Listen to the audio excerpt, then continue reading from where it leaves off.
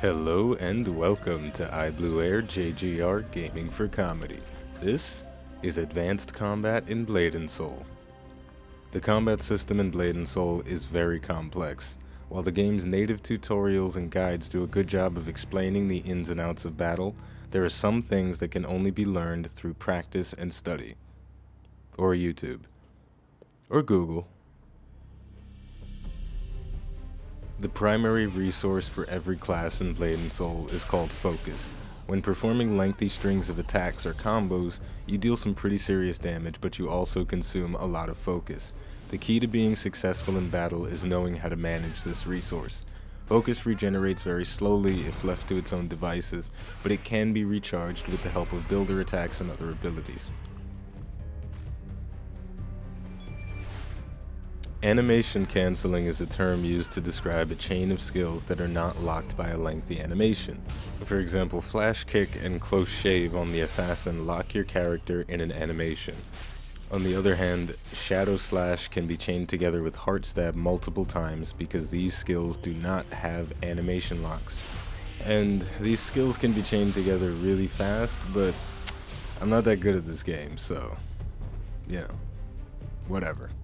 Last but not least, Blade & Soul is an action MMO, which means attacks can be dodged, countered, blocked, and resisted. The key to surviving in battle is knowing when to do which. Enemies in Blade & Soul, even in the open world, will deal massive damage and kill you if you're not fighting at your best. And with so many ways to defend yourself, when do you do which? Well, sometimes it's best to just walk away or roll away. Moving out of an attack's range is a great way to avoid taking damage. When you can't get out of range with a movement ability, depending on your class, you have to counter. Activating a counter will give you a short window of time in which you can deflect your enemy's attack or apply a special effect to yourself.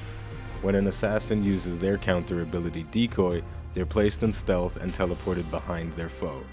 And last but not least, if you can't counter, you have to do something really complex, and that is called resisting damage.